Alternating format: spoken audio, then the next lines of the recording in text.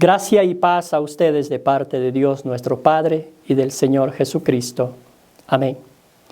El texto para la meditación de hoy es tomada del Evangelio de Juan, capítulo 4, los versículos 4 al 26. Queridos amigos en Cristo, su nombre podría haber sido Raquel. Los actores de la historia de hoy vivían en un pequeño pueblo rural. Y si has vivido en un pueblito así, sabes cómo es. Conoces a todo el mundo. Sabes lo que hacen y cómo son. Comes en los mismos restaurantes, vas a los mismos lugares para divertirte. Muchos de ustedes que viven en la gran ciudad podrían pensar que sería lindo vivir en un pueblo pintoresco así. Y a veces lo es. Pero pueblos pequeños como ese tienen mala fama, porque todo se sabe. Todos saben casi todo acerca de ti. Y si de pronto te pasa algo, todo el pueblo se entera. Todo el pueblo habla de ello. Siempre hay un lugar donde todo el mundo se reúne para hablar de cosas así. Tal vez sea donde compras, o donde comen, o beben algo. Pero en pequeños pueblos agrícolas como ese, hablan. Y hablan todo el tiempo. En este pueblo hablaban de Raquel. La primera vez que se involucró con un hombre mayor y muchos en el pueblo se sorprendieron. La segunda vez fue con un hombre de mala fama y comenzaron los susurros. En los lugares donde comían y donde se reunían, la gente empezaba a hablar nada más y nada menos que de Raquel. Pero fue la tercera vez cuando le dieron un apodo, destruidora de hogares. Se involucró con un hombre casado y terminó mal. Los pueblos pequeños no olvidan cosas así. Ahora cuando Raquel pasó, los susurros ya no eran tan silenciosos. Ella era una mujer de esas y los chismes aumentaron. Con el tiempo esa relación terminó en desastre también y Raquel pasó a tener otras relaciones más vacías. Ahora estaba viviendo con un chico que no parecía tener mucho potencial, pero por lo menos era mejor que el último. Pensó que todo el chisme en la ciudad no lo molestaba. Se dijo a sí misma y a cualquiera que quisiera escucharla que el chisme no le molestaba, pero créame que sí le molestaba. Dejó de ir a los lugares donde se reunía y hablaban. ¿Por qué darles más material? Se retiró de la vida en ese pequeño pueblo soñando con un día que pudiera salir de ese lugar. Y se preguntaba, ¿por qué la vida parecía tan vacía? Un día fue al lugar donde todos se reunían, pero se aseguró de ir cuando no había nadie. Todas las damas vinieron a hablar y a chismear alrededor de las 6 de la tarde más o menos. Raquel recogió sus cosas y se fue al mediodía. No había nadie allí, y mucho mejor. Al menos no tendría que aguantar las miradas. Llegó allí y encontró con un desconocido, alguien nuevo en el pueblo. Se notaba que era nuevo porque no apartó la vista cuando apareció. Él la miró fijamente y le dijo, «Dame de beber». Este hombre era diferente. No le importaba que la sociedad le dijera que no hablara con nadie de su nacionalidad. No le importaba que los chismosos de la ciudad le dijeran que se mantuviera alejado de ella. Era diferente. Y dijo algo que llamó su atención. Dijo, «Todo el que beba de esta agua volverá a tener sed, pero el que beba del agua que yo le daré no tendrá sed jamás». Tocó algo con esas palabras. De pie junto al pozo, Raquel pensó en todo lo que había sucedido allí. Este era el lugar donde todas las mujeres se reunían para hablar cada tarde, para hablar de ella. Este era el lugar al que ella tenía que seguir llegando, tenía que soportar las miradas. Este era el lugar al que quisiera nunca más volver. Señor, dame de esa agua para que no tenga sed ni venga aquí a sacarla. Jesús le dijo, ve a llamar a tu marido y luego vuelve acá. La mujer le dijo, no tengo marido. Jesús le dijo, haces bien en decir que no tienes marido, porque ya has tenido 5 maridos, y el que ahora tienes no es tu marido.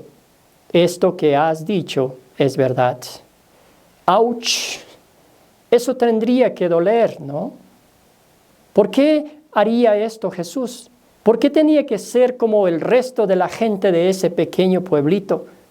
¿Cómo pudo Jesús ser tan poco amoroso con ella? Amigos míos, a veces tienes que lastimar a alguien que amas para recuperarlo. Puede ser tan simple como usar una aguja para extraer una astilla del dedo de su hijo. Puede ser tan complejo como enfrentarse a la adicción de un ser querido. Pero a veces tenemos que lastimar a los que amamos para recuperarlos. Eso es lo que Jesús hizo con esta mujer. Necesitaba que ella viera lo que la separaba de Dios.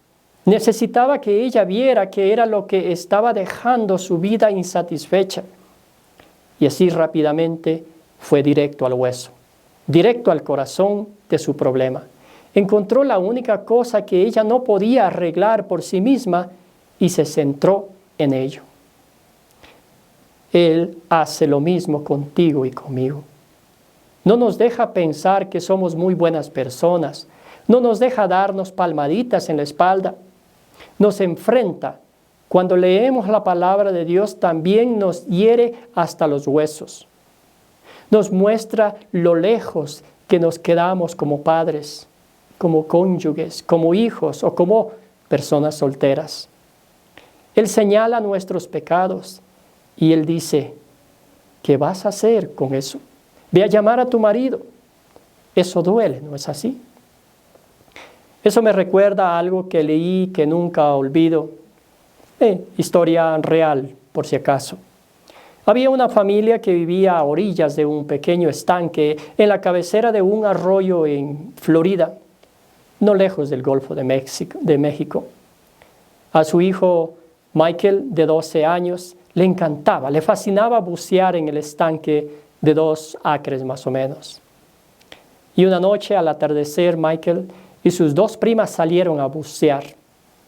No se dieron cuenta de que un enorme caimán se abalanzaba sobre ellos.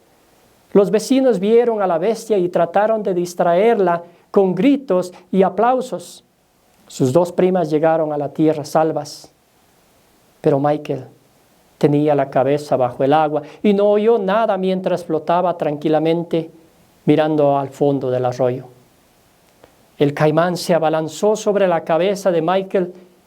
Cuando sus mandíbulas se cerraron, bruscamente sus dientes le cortaron una herida de 6 pulgadas en el cuero cabelludo y le arrancaron la máscara de snorkel de la cara. Cuando el caimán abrió la boca para volver a agarrarse, la cabeza de Michael se soltó y comenzó a nadar hacia la orilla tan rápido como pudo.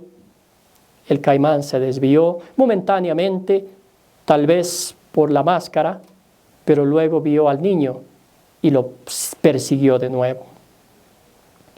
En ese momento su madre había escuchado todos los gritos y corrió a la orilla del agua, donde vio a su hijo a 20 pies de distancia en una carrera literalmente contra la muerte. Nadaba lo más rápido que podía, pero el caimán le ganaba. La madre extendió la mano para agarrar a su hijo, la mano de su hijo, cuando la bestia abrió sus enormes fauces y la cerró en la pierna izquierda del niño. Lo que siguió fue un sombrío tira y afloja entre la madre de 100 libras y el caimán de 400 libras. La madre tenía la mano de su hijo y no la soltaba, sino que tiraba con todas sus fuerzas. De repente, inexplicablemente, la bestia se soltó y la madre desesperada agarró a su hijo y lo sacó fuera del agua y lo llevó a la orilla. 3 meses después, Michael le mostró al autor el lugar donde tuvo lugar el accidente. Había pocos signos externos de su roce en la pierna. La cicatriz de su cuero cabelludo estaba ahora cubierta de pelo y su pierna izquierda, rota por la fuerza de las mandíbulas del caimán, se habían curado. Las cicatrices en la pantorrilla y el tobillo estaban cubiertas de calcetines. Sin embargo, con mucho orgullo, Michael mostró a su visitante 3 pequeñas cicatrices en el dorso de su mano derecha. Cicatrices no del caimán, sino de las uñas de su madre. Había sacado sangre cuando lo sacó de las fauces de la muerte. Su madre lo lastimó con amor, lo hirió para salvarlo. Eso es amor. Eso es lo que tu Salvador hizo por Raquel. Cada vez que se cuenta esta historia y se oye hablar de sus 5 maridos, se puede ver las cicatrices en su mano causadas por Jesús, agarrándola tan fuerte para sacarla de las fauces de la muerte y llevarla a la luz de su amor. Lo hizo para recuperarla. Él le dijo a Raquel: yo soy el Mesías, el Cristo, el Hijo del Dios, que Dios prometió que vendría y quitaría todo tu pecado y toda tu culpa. Yo haré lo que tú no puedes. Y Jesús ha hecho lo mismo por ti y por mí.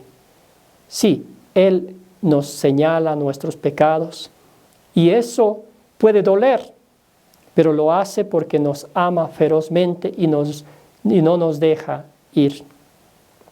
Piensa en la madre de Michael. Piensa en el amor que la hizo correr hacia el caimán en lugar de huir de él. El amor de Jesús por ti es aún mayor. Él no solo te sacó de las fauces de la muerte, Él tomó tu lugar allí. Jesús vino y quitó nuestros pecados de nuestras manos. Él los llevó a la cruz, donde murió para pagar por sus pecados y por los míos. Y resucitó de entre los muertos para traernos a las aguas vivas de la salvación. Así es como describe su amor y su perdón, como el agua que sacia toda nuestra sed, que nos da lo que nuestras almas tanto anhelan, agua que da vida, vida en abundancia para siempre. Raquel fue a ese pozo ese día en busca de agua para sustentar su vida, tal como lo era, una vida insatisfecha, una vida sin propósito, una vida sin respuestas ni esperanza. Encontró algo más. Encontró a Jesús y Él le dio agua, agua viva. Dijo: todo el que beba de esta agua volverá a tener sed, pero el que beba del agua que yo le daré no tendrá sed jamás. Más bien el agua que yo le daré será en él una fuente de agua que fluya para vida eterna. Encontró más de lo que buscaba. Encontró los pecados perdonados, la vida llena de propósito y la vida eterna, esperándola. Encontró a Cristo. Solo hay una cosa que puede saciar nuestras almas sedientas. Solo hay una cosa que nos da paz. Vengan y saquen agua del pozo de la salvación. Vengan y beban de esa agua, porque, amigos míos, nunca más volverán a tener sed. Amén.